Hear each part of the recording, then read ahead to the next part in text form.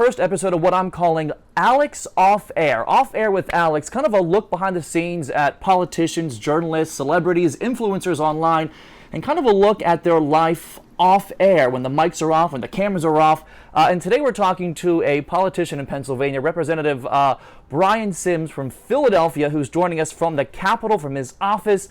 He is a name many of you probably already know. Brian, thanks so much for agreeing to do this. I know you've got a busy schedule. Alex, thank you for having me. I get asked to do a lot of interviews, but I've never been asked to do an interview like this one. Good. I don't want to talk policy too much, but I want to start at the beginning of your day. Talk to me about what do you do when you wake up? You've got so much to take on every day that you do at the Capitol and back home at your district office. What's your morning routine like? What do you do when you get out of bed? Sure. I'm happy to say my morning routine changed a little bit as a result of COVID. All of us were sort of adjusting our plans, adjusting the way we approach the day. And one of the things that I knew that I wanted to do, if given the opportunity, was to try to shore up my morning routine. A couple of days a week, the first thing that I do after getting up is I work out, and I do a Zoom workout with a group of people. And that was the kind of thing I was kind of rushing to. And other days, I might stay in bed a little bit later. But my morning routine has taken on a lot more routine, I'll say, in the last year. I'm a bit of a vitamin junkie. I don't always eat as healthy as I should, or I don't eat a ton. And I'm sort of haunted by my mom telling me that I need to get the right nutrients and vitamins and all of that. And so the first thing that I do in the morning, my alarm goes off. It really quickly jumps to NPR. I live in Philadelphia, so it's WHYY. I check a weather report. I then, unfortunately, have to spend about 15-20 minutes pulling down any particularly nasty hate speech that lives up on my social media. That's a relatively common thing. People can disagree, and I'm fine with people disagreeing. But I'm very cognizant of the misinformation and the hate speech that people leave on my platforms and sort of how they impact people. So I spend some time kind of flipping through that. I then take my morning vitamins. I'm not much of a coffee drinker. I'm kind of high strung anyway. But if I'm going to have some coffee, maybe a little bit of coffee in the morning. I'm an asthmatic, so I hit an inhaler or two. And then I have a giant dog. I have a Newfoundland.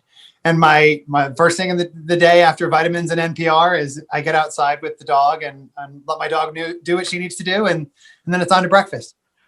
I think I've seen your dog on social media. She is massive. She's always on your couch, I think, at your office there. I think I've seen pictures of that. You kind of brought up something I wanted to go to anyway. Talk to me about whenever you are at the receiving end of these crazy backlashes from, trolls across the country and the state, and sometimes from fellow politicians. What is that like to be, I guess, the one sitting at your phone with it blowing up and having to get rid of that every day? Is that worrisome, bothersome? Does that get to you at all? Yeah, it does. I mean, I'm fine. I'm okay. And I could choose not to do the work that I do. I could choose not to do the job that I do. And yet I continue to do them. And so to some extent, if I know it's going to happen, I need to be less impacted by the fact that it does happen. And that took some time. When I got this job, I didn't know that it was going to come with the attendant threats and the negativity that it has. But I'm also a gay man in the United States. And damn if I haven't spent my entire life prepping in some way or another for people that don't like me, voicing up about the fact that they don't like me. And are there days that it gets to me? Sure. I have a young staff, and I get a lot of death threats. I get a lot of very real attacks that give me a lot of pause for the people I'm around. But by and large, I tell people I don't want a thick skin. I always want to have an informed skin.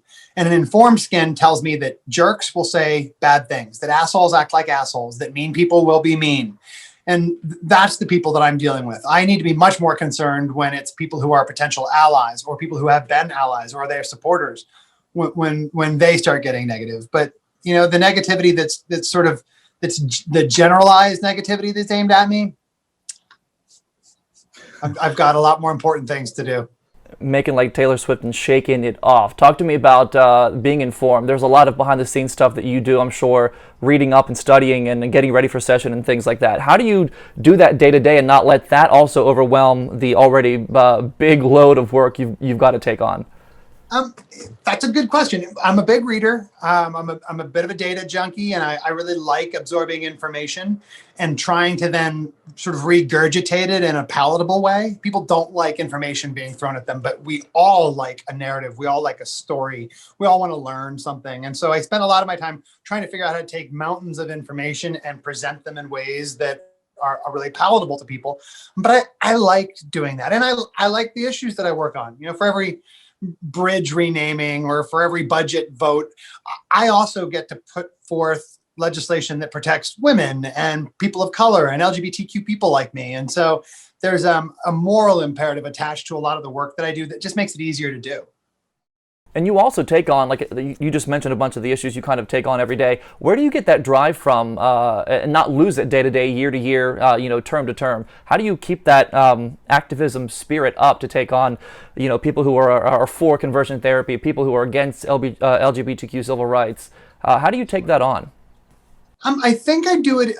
I've not been asked that before. I think I do it in two different ways. One is that I have the benefit of having been raised by people that I adore.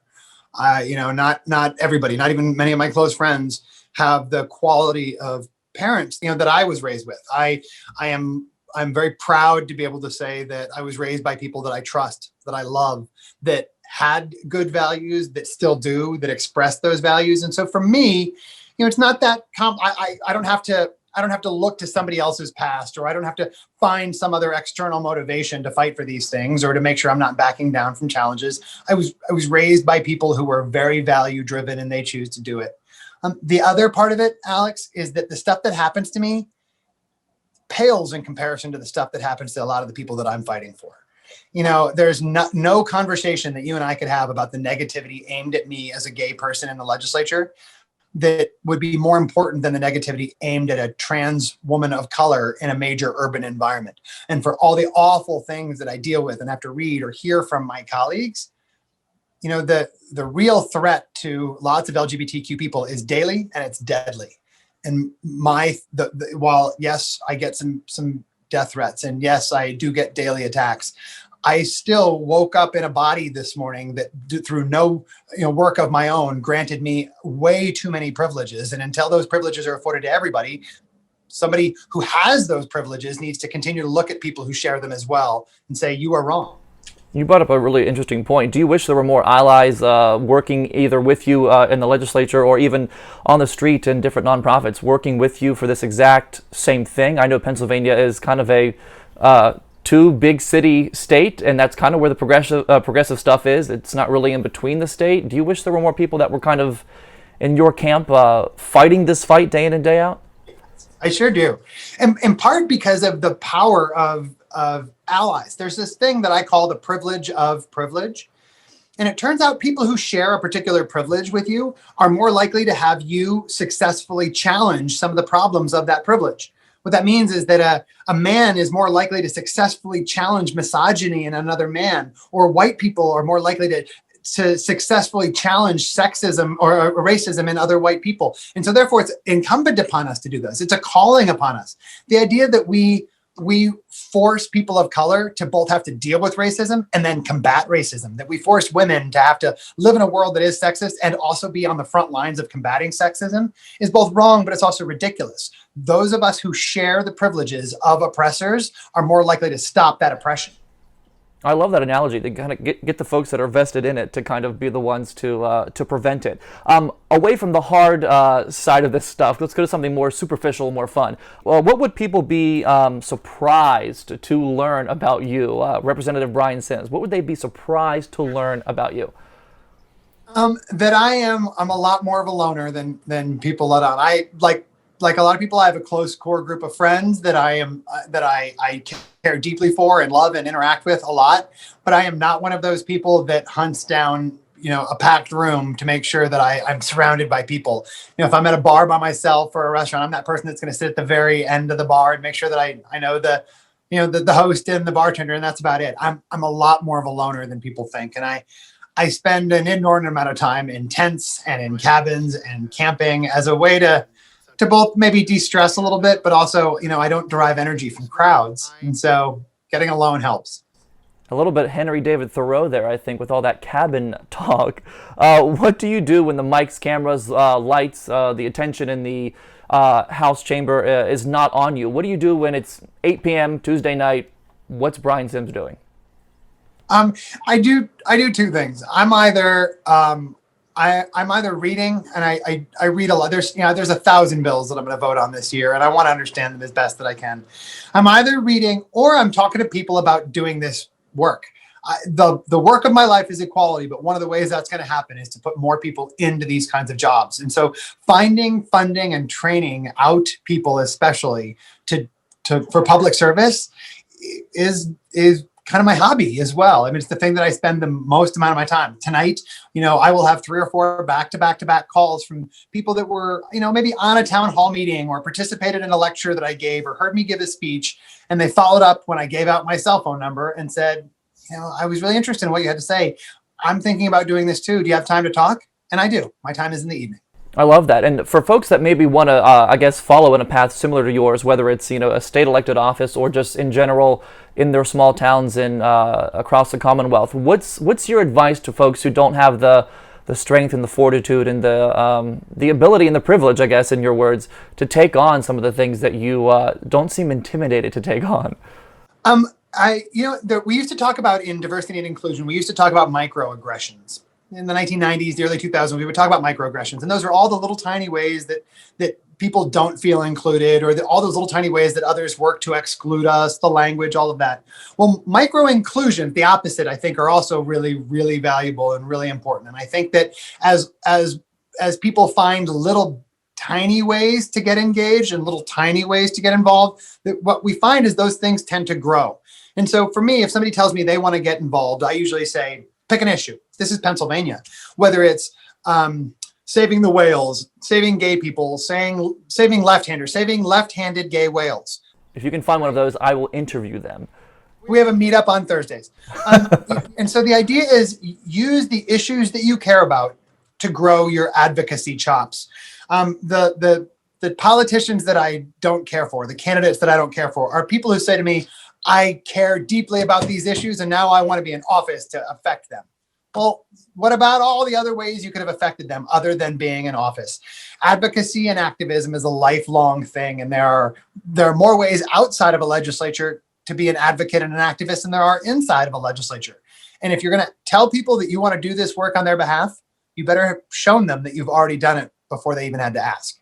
What's the greatest part about your job? I kind of have an idea of what you might say, but the greatest part of your both activism and your professional public life, what is the best thing or the most proud thing you think about, week to week?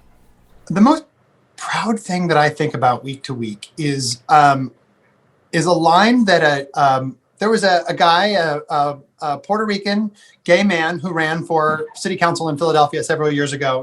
And he used to use this great line. He would say, don't pretend to give a voice to the voiceless, give them a microphone. And what I have found in the advocacy work that I do is that, yes, there are people that want to hear me repeat and reiterate messages from those people that I've learned them from. But there are even more people that want to hear them from those people directly. And I get an opportunity with my privileges to lift up, to highlight, to amplify lots and lots of people and lots of messages. And that's the privilege I wish on every single person I've ever met. You care about an issue, you can impact that issue. I care about a lot of issues and I get to impact them. This month is the 1-year anniversary of a kidney that I donated to a constituent. Last January, I managed to donate a kidney to a guy, and we did it pretty privately. And, a couple months later, the story kind of got out there. But here I am a year later, and how can I help? I just got to partner with Donate for Life and talk about how people in Pennsylvania need to go register and click that box to make sure that they're an organ donor and things like that. Like I actively get to utilize my platform to advance issues that make the world better. It's a pretty good place to be. It is a good place to be, and I hadn't planned on asking this, but talk to me about that word privilege, because it's such a buzzword right now with all the cultural and social unrest across the country. Privilege isn't just, being a white man. There's so many things to that. Can you give us a definition from someone who lives and breathes this every day? Privilege is situational, by the way. Whatever. What difference does it, man? If you're a white person and you're only in rooms of other white people, that white privilege disappears. White privilege is very real when you're around people of color. The privilege of being a man, for example, in a room of all men, not only does that privilege go away, it's redundant. It stops being useful. Privilege is situational, and so there are a lot of people saying, if I'm indigent, if I'm poor, if I don't have resources, how can I be privileged? Well, in the situation of white versus black, you do have privilege. Maybe in the situation of money versus money, you don't. But everybody has certain types of privileges. I have virtually every privilege that I teach people about, except that I don't come from money, and I am not heterosexual. Every other place I have privilege, which mostly means that when I talk, somebody is going to pay attention. That when I make a mistake, I will probably be allowed to rectify that mistake.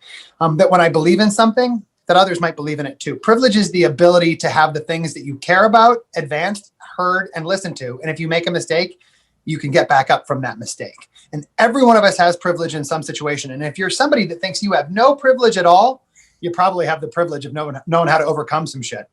Right, you're probably somewhere right now that your privilege got to, whether you know it or not. Last thing I think I wanted to talk to you about was explain what it's like for you to be working so remotely, I guess. I mean, you're at the Capitol now, but for months, I guess you guys weren't able to be there and daily in person. Was the pandemic and the impact on that as a public official? How did you manage all of these things from maybe your house or just from a small office in Philadelphia? Was that really tough? It was tough. Not tougher than people who can't work. Like at least we could work.